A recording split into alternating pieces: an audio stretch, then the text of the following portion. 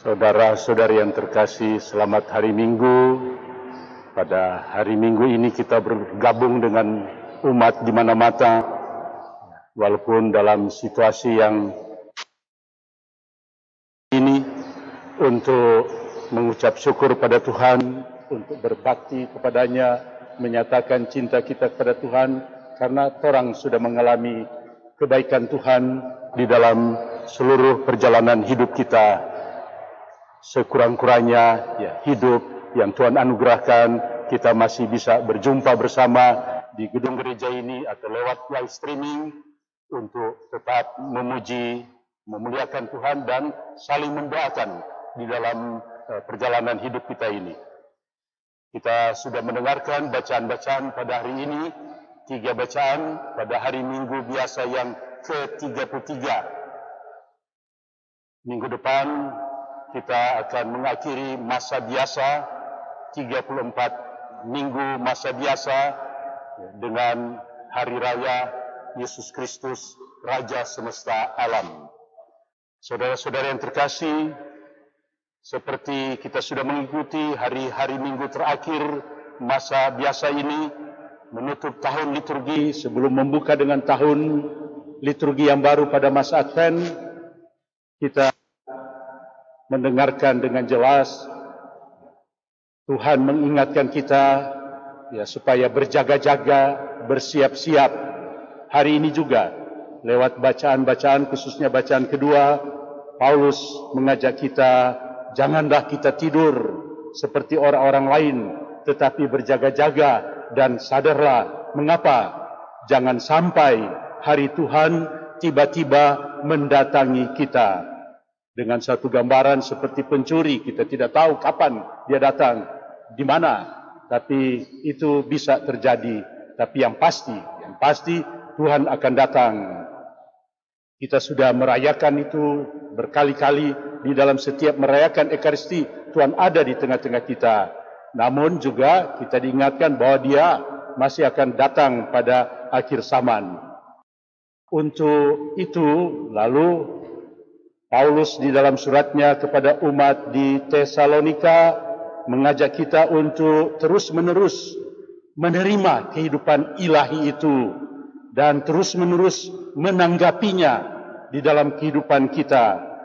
Dengan demikian maka perbuatan-perbuatan baik kita yang kita lakukan ini adalah buah-buah kehidupan baru sebagai ungkapan iman kita pada Tuhan di satu pihak, tapi di pihak lain bagaimana iman itu berbuah di dalam perhatian kita satu sama lain.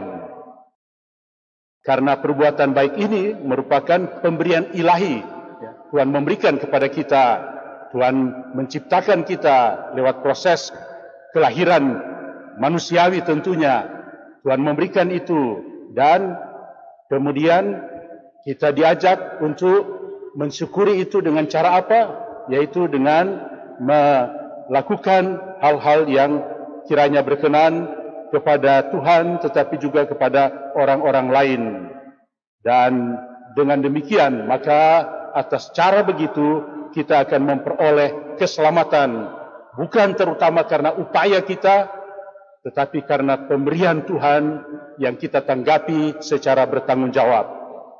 Saudara-saudara yang terkasih, dan karena itu maka di dalam bacaan hari ini kita mendengarkan bagaimana kita diajak untuk terus-menerus bersyukur pada Tuhan, tapi juga terus-menerus mengungkapkan syukur kita itu lewat tindakan-tindakan yang nyata di dalam kehidupan sehari-hari. Dan caranya bagaimana? Untuk bersiap-siap dan berjaga-jaga, bacaan Injil mengajak kita untuk mari kita mensyukuri apa yang Tuhan berikan kepada kita. Satu saja itu berarti di dalam kehidupan kita. Seperti saya, Anda sekalian, satu terdiri dari satu barisan satu ini berarti di dalam perjalanan hidup ini. Saya yang satu ini berarti bagi banyak orang. Saya yang satu ini berarti bagi suami, berarti bagi istri, bagi anak-anak, dan seterusnya.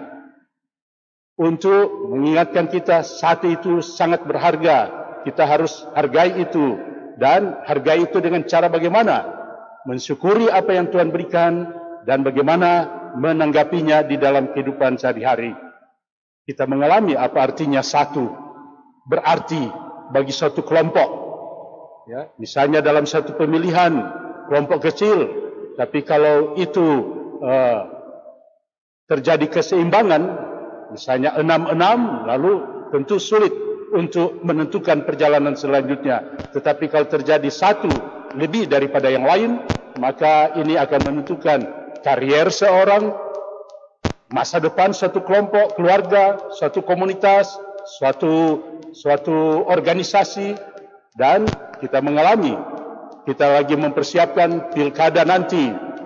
Kita mendengarkan pilkada-pilkada di mana-mana, di luar negeri pun.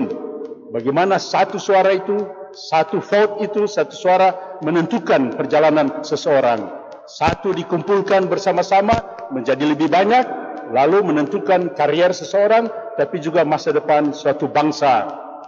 Saya ingat misalnya dicatat, Amerika Serikat bergumul dengan mau pakai bahasa apa? Bahasa Jerman atau bahasa Inggris. Dalam pemilihan, satu menentukan perjalanan selanjutnya.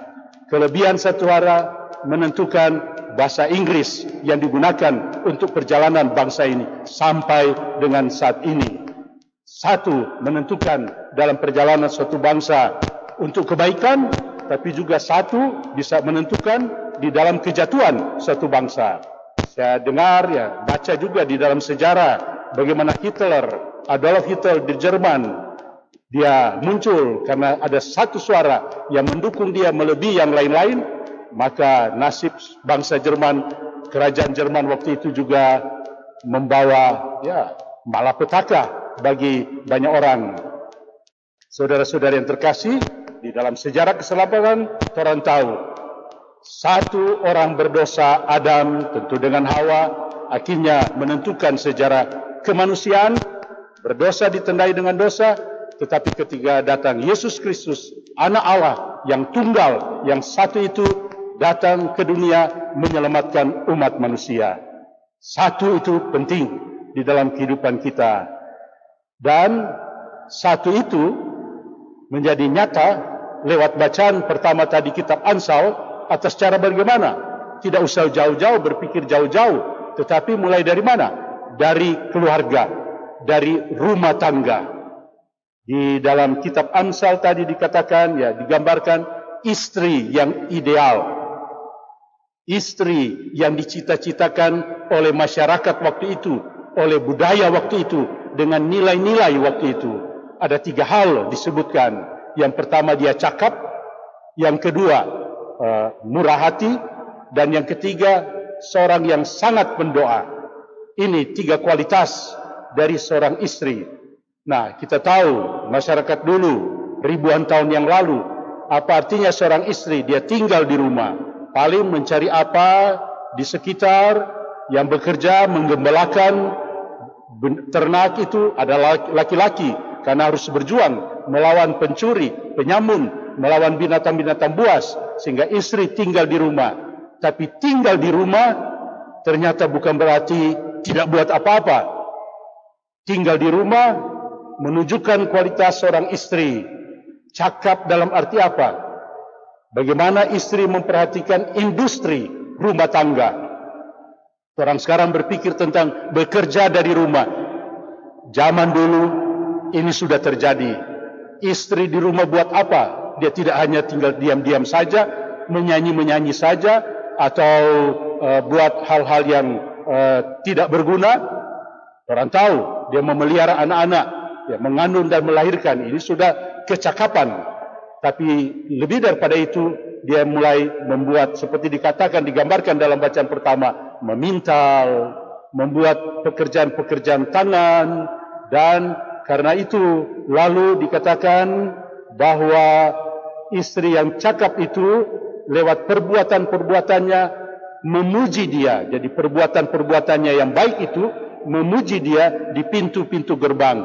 Orang akan menceritakan, bukan gosip tentang negatif-negatif, saudara-saudara yang lain, perempuan-perempuan yang lain, istri-istri yang lain, tapi mereka mulai membicarakan dan memuji-muji istri yang cakap, yang memperhatikan kehidupan keluarga dengan pekerjaan-pekerjaan industri rumah. Industri rumah itu bukan hanya ada pada sekarang ini, tapi sudah ada sejak zaman dahulu.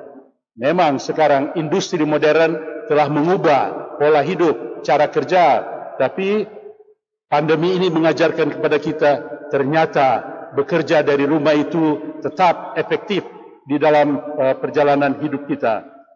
Selain industrial, memperhatikan industri rumah, istri yang ideal dari perjanjian lama yaitu murah hati.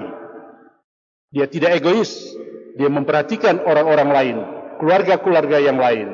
Dan yang berikut yaitu seorang pendoa yang dekat dengan Tuhan dan mendoakan orang-orang yang ada mulai dari di rumah, untuk suaminya, anak-anak, tapi juga untuk orang-orang yang ada di sekitarnya. Saudara-saudara yang terkasih, dengan demikian luar biasa. Wanita yang ideal, istri yang ideal digambarkan dalam perjanjian lama, pekerjaannya mengatakan sesuatu tentang apa yang ada di batinnya, yang berpikir bukan hanya untuk diri sendiri, tapi berpikir untuk bagaimana memelihara anak-anak, tapi juga bagaimana supaya keluarga ini juga mendapat penghasilan kecil kelihatannya, tapi berarti untuk kehidupan suatu keluarga. Saudara-saudara yang terkasih, mari kita mohon agar di dalam kehidupan kita menghargai apa yang Tuhan sudah berikan kepada kita. Satu, sangat berarti untuk kehidupan, baik untuk diri kita sendiri, untuk keluarga kita, tapi juga untuk komunitas, masyarakat, bahkan untuk daerah, untuk provinsi kita, untuk negara kita. Kita lagi mempersiapkan pilkada nanti. Satu itu penting untuk masa depan seseorang atau masa depan suatu daerah, kota, provinsi maupun negara kita. Kita mohon Tuhan tetap membuka pikiran hati kita agar kita tidak terkurung di dalam cara berpikir kita yang sempit, tetapi terbuka untuk melihat bagaimana mengembangkan talenta ini yang ada di dalam diri kita dan talenta kita bersama demi keselamatan kita semua. Tuhan memberkati kita sekalian.